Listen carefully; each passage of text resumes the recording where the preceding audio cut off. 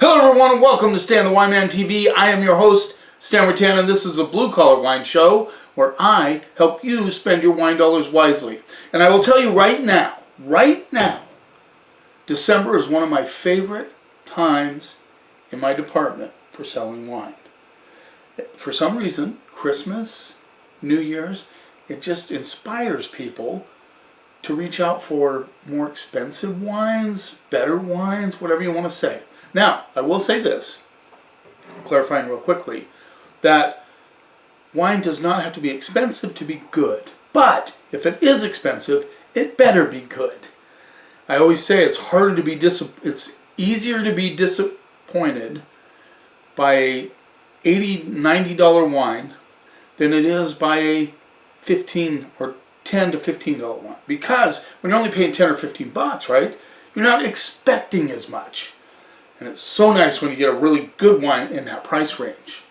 I know, I work at that very hard, finding those wines. But when you start getting up into the upper scale, and the wine doesn't deliver, it's easier to be disappointed. You hear what I'm talking about. Oh, I just want to give a quick shout out before I get going on this. I want to give a quick shout out to 2 new subscribers, Michael Shalvarat. Thank you very much for subscribing. And then all I got one, JH11232 or something like that.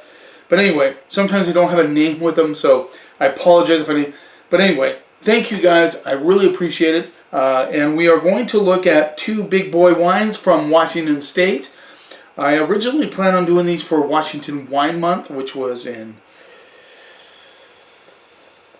August.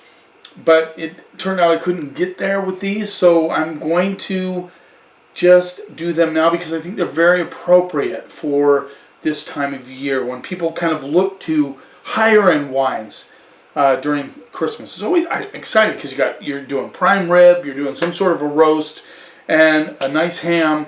So we'll be looking at some big reds. We'll be looking at some good Pinot Noir for the ham, Grenache perhaps. Well, I got a bunch of ideas, and I'm just gonna go after it. What we have here is Corliss Winery, Corliss Estates. Mike and Lori Corliss are super nice people.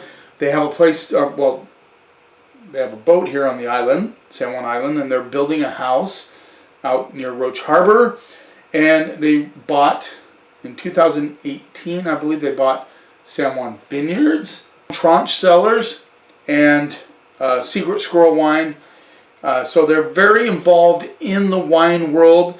They particularly enjoy vineyard management. That's what Mike's all about. So they have a lot of vineyards. I mean, they have vineyards in the Blue Mountains. They have vineyards in Walla Walla. They have vineyards, of course, here on San Juan Island. They have vineyards on Red Mountain. So he's big involved in vineyards, and a lot of different people have a lot of respect for him, and they buy fruit from him. So when you're talking about big boys, you're talking about, $70+ wine. So the first one we're going to look at is the Corliss Estate Red 2016. So it has some age on it. This is 68% Cabernet Franc, which I found very interesting. 28% Cabernet Sauvignon and 3% Petite Verdot. $75. So you're not talking chump change here. $75 for a red blend, primarily Cab Franc. When I was thinking about reviewing these wines, I thought about some of the big boys of Washington State, and I think Corliss falls in just underneath that, which in some ways, when you're talking about premium wines, maybe a little bit of a value. You have Leonetti, which is more expensive than Corliss. You have Doubleback. You have Figgins Wines, which is related, of course, to Leonetti.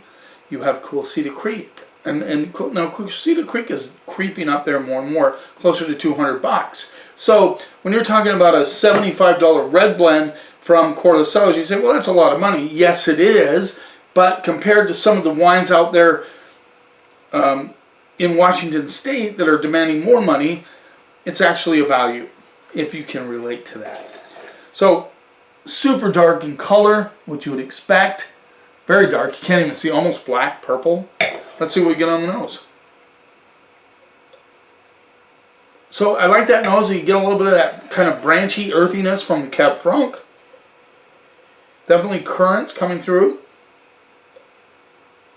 There's a tiny hit of baking spice underneath, which you all know, spices come from oak.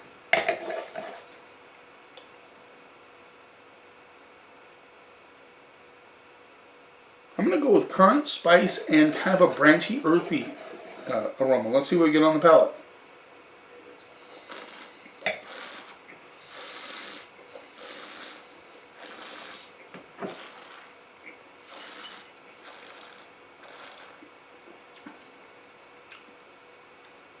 I forgot to mention, before I make a comment on the flavor of this, Red Mountain Estate wine. Back, I don't know if you can even read that, but so he has some estate vineyards there, and this is from Red Mountain. Red Mountain is a great appellation. My Winery of the Year is from Red Mountain, which I will be revealing soon on my stayonthewineman.com, which I'll put a link up for you guys so you can check it out. I need more subscribers on that. I was a blue collar wine guy in the PI. They eliminated those reader blogs, so here I go on my own now. Red Mountain fruit, and this baby has structure, which you would expect from Red Mountain. Big time structure, currants. I get a little bit of a kind of an orange peel, barely underneath. A little spicy, very spicy on this one. Get black pepper, white pepper.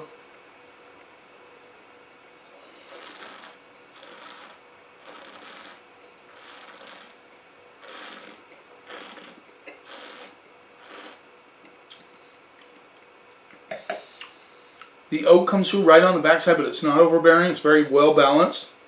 Good acidity. I like the acidity on this. I often talk about wines that can age.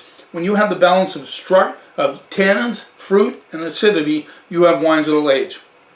So just tasting this right now, I would immediately say that this wine would age easily up to 20 years because of the balance of tannins, fruit, and acid. I love the spice on this.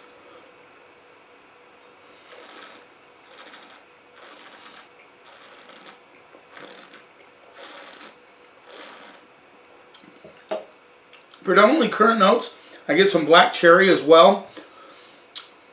Like I said, the oak tannins are there, they're present, but they're not over the top, which I appreciate very much. And like I said, just a tiny hint of orange peel on the back end, just as you go into the finish. Good minerality. That's another thing about this wine. And Red Mountain is very well known for its minerality, and you're certainly getting that in this wine. Getting that. You're getting that in this wine.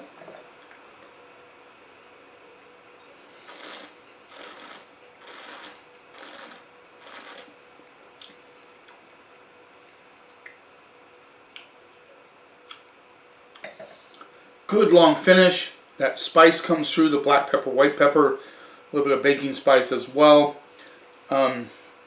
Yeah, so we're talking about a wine. It's a 2016. They're holding back on this vintage, obviously 5 years, and now it's being released, and it will go another 10 to 20 years. So fantastic wine, really. And I know what I'm getting on the back end that I was kind of thinking about. Is what is that? It's tobacco. There's a definite tobacco hit on the backside, which you would expect from a Cab Franc dominant wine.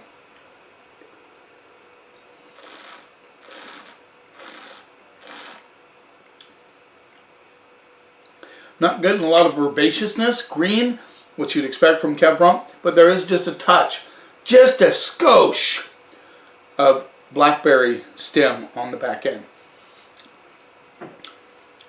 75 bones, I know that's a lot of money. This is an ageable wine, definitely would handle prime rib quite nicely, just saying.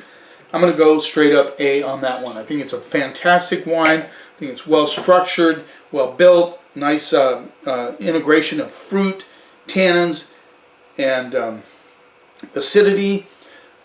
Very nice wine, and the spiciness, really, I love that. I'm going to go A on that one. Let's move on.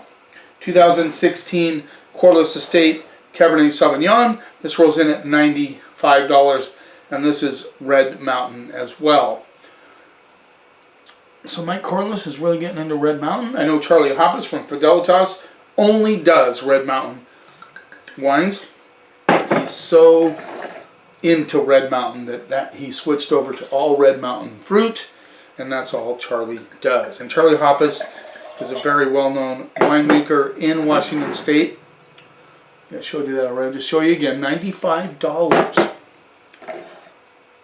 Again, super dark, almost black purple. Let's see what we get on the nose. Kind of a sweet currant notes on the nose. A little meat marinade coming through as well. Almost has kind of a bloody component too. I didn't want to say as well twice. So it's bloody on the nose. If you've you cut your finger or whatever, you smell that kind of iron component coming through. That is what I'm getting. Bloody currants, bloody hell. There's also like a rose petal thing coming through as well. Yeah, let's see what we get on the palate.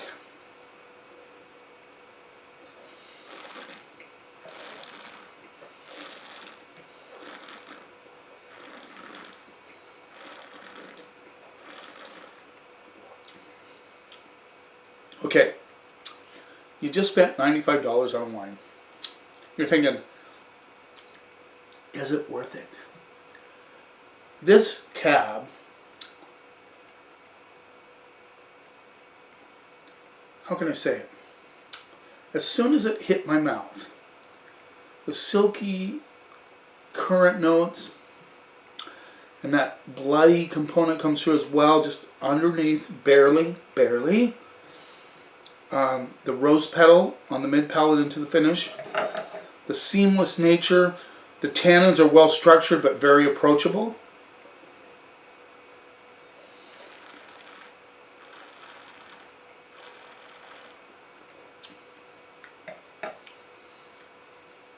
The finish is just, it's seamless. What else can I say?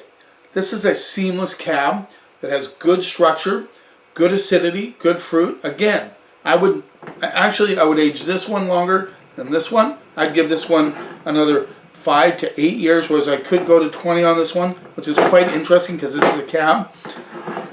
I don't know if it's 100% cab. Let me see.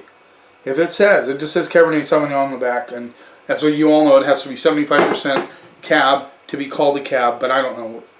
It might be 100% cab, just saying. The minerality on this is evident from Red Mountain.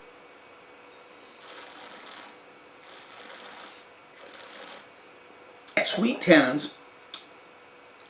Now, this may have a little Cab Franc. I don't know. It's not. I didn't look at a spec sheet on this one, but I get a little hit of a greenness on the backside, which would tell me there might be some Cab Franc in there, but I don't know. It does not say 100% Cabernet Sauvignon on this. But I'm going to tell you right now, this cab is probably worth what Mike and Lori are asking for it. $95. It smacks of quality wine. It tastes like quality wine. It has everything you're looking for in a wine that you might spend, $100 on.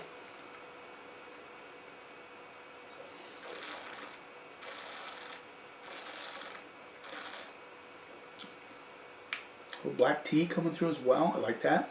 I'm going to go straight up A on that one as well. So we have 2 A wines.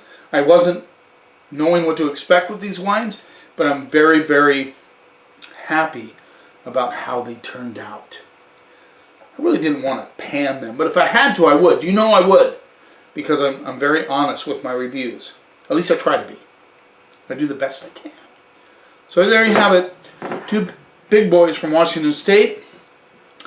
If you can get your hands on them, if you're feeling like spending a little extra cash, these are worth it. Thanks for taking a little time out of your day. I appreciate your support. Don't forget to subscribe to my channel. You keep watching. and I'll keep helping you spend your wine dollars wisely.